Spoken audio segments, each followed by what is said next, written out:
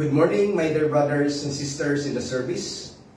Today, we will reflect on the virtue of humility. Humility is not weakness. It is strength under control. As police officers, you are entrusted with authority and power.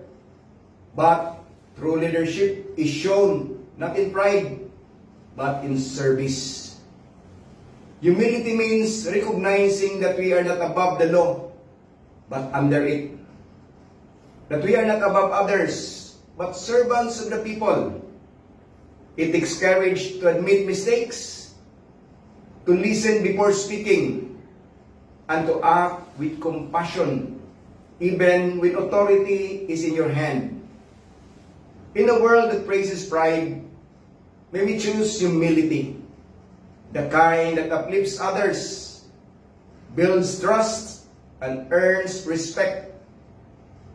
As Jesus said, whoever exalts himself will be humbled, and whoever humbles himself will be exalted. Let humility be the badge that we wear in our hearts. Let us pray.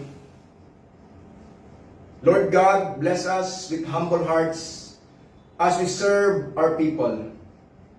Keep us faithful, fair, and compassionate in all that we do.